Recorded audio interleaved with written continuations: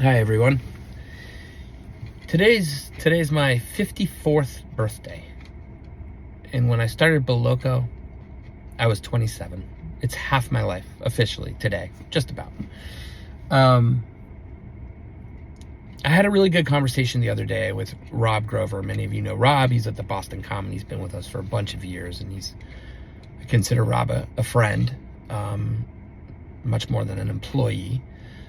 And Rob spoke very openly to me the other day about the human that was Boloco and where did that human go. He said, it feels like the human that was Boloco died and I didn't get invited to the funeral.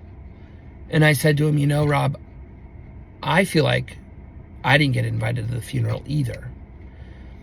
And the reason is because as I've thought about it, the human that was Boloco, which was more than a business, right? It was a business full of people and full of hope and full of purpose that set some pretty audacious goals and wanted to make a difference in the lives of people who work in our business. That's each of you, right? That's each of you.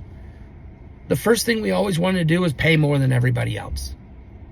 I heard somebody say, oh, Boloco's great because they pay more than minimum wage. That's nothing. It's livable wage, and it's more than that. It's like, how do you pay people so that they feel appreciated?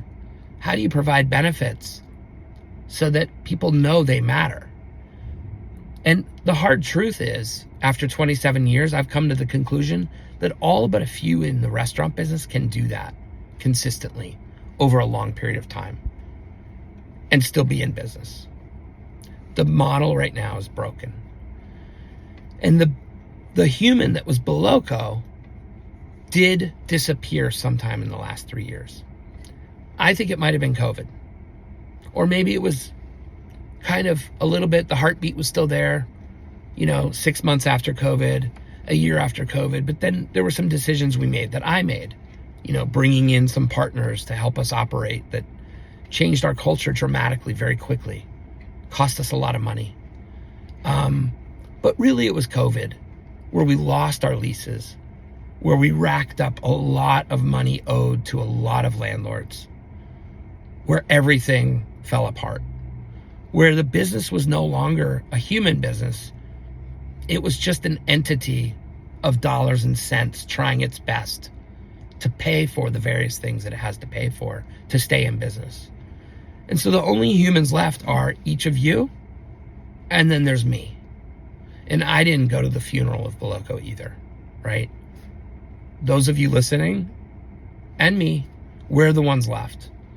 And the hard part about it is, like, I'm not a business, right? I have capabilities that I feel I feel lucky, but I don't have unlimited capabilities. Boloco is bigger than me. I always said, I have a very good, fortunate life, but Boloco is bigger than me.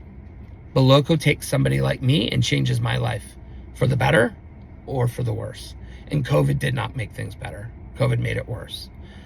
About a year and a half ago, I had a decision to make. When I was told we're going to run out of money. And so I had the opportunity to take a loan out from the Small Business Association, the Small Business Administration, which is kind of run by the US government. And that loan amounted to $500,000. And that is what kept us going from about April of 2022 until today. Of that $500,000, $400,000 is still owed. And what I did not know, but I know today, is that I personally owe that to the government. When Boloco's gone, I will still owe that money. I don't know how long it'll take me to pay it. 10 years, 20 years. I'm at peace with that. But for those of you asking for more from Boloco right now, Boloco tried everything possible during its life, which, as we know, for all intents and purposes, is not happening right now. It did everything possible to try to take better care of each of the people who work there than any other restaurant. I promise you, we had so many good people only focused on that. That's why people came to work for Boloco.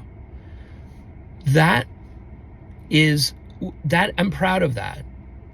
But there is no more left to give. I have given everything I can possibly give, right? Some of you have called me and asked for this or that, or, can you pay sick time, which is not supposed to be paid, right? Sick time is something you use when you're sick. I mean, the answer is I could say to my wife and my kids, yeah, here's another few $1,000s to pay people for sick time because they're threatening to quit or they're mad and they're making me feel like I haven't done a good job. And I've been affected by that a lot, not just recently, but for many, many years. Like, I care about that. When people complain, I'm listening. Some of you know, I will call you. If you complain, I'm calling you. But I don't think that's fair to my wife and my kids anymore. You wouldn't do it if you were me. And so I sometimes think maybe it's time for me not to be stupid, if that makes any sense. I've given a lot. I've given everything I can to the business.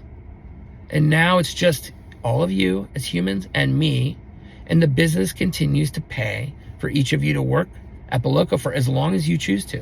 And if you choose not to because there's a better opportunity, like I've said, in good times and in not so good times, your job is to follow the best opportunity for you, whether it's because it's going to make you more money or because it represents a more, more upward mobility down the road for more responsibility and more income. The restaurant business is not the place to make a lot of money. I think we all know that. I know that. I think you know that. There are places where that is possible. Most of you have worked so hard and gained so many skills that you can do that. And the other thing I want to say is I can help you. And I want to. And I'm helping some of you as we speak. And over the years, I've helped many, many people try to find where can they go that's better than where they are. Like, if you want to go get a job at Chipotle or Starbucks or whatever, great. But if you want to try to explore something more, I'm here to help, right? I've worked on a lot of your resumes. I've shared those resumes with others. They're impressive. And that's our main goal right now. Not to dwell on Boloco and what Boloco has or hasn't done, but what's next and what's your future look like? And if I can help, I will try to help. I cannot promise anything, but I will try to help. You guys know my phone number. If you don't, it's 617-947-6467.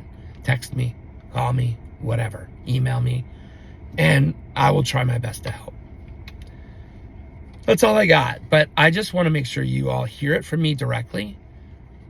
If Boloco's not working for you, you owe it to yourself not to work at Boloco. I get it.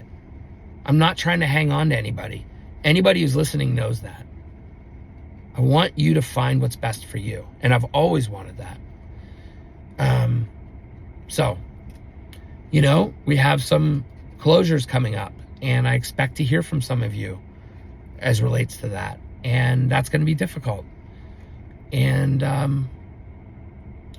it's sad, and it's also, I'm grateful for everything. I don't know how I'm grateful, but I am. Right now, it doesn't feel super good all the time, but I am grateful for all we've accomplished together and all the good work that you've done and all the good things I hear said about each of you and our company over many, many years. 27 years this February, almost 27. Thank you. Thanks for listening for the few who are.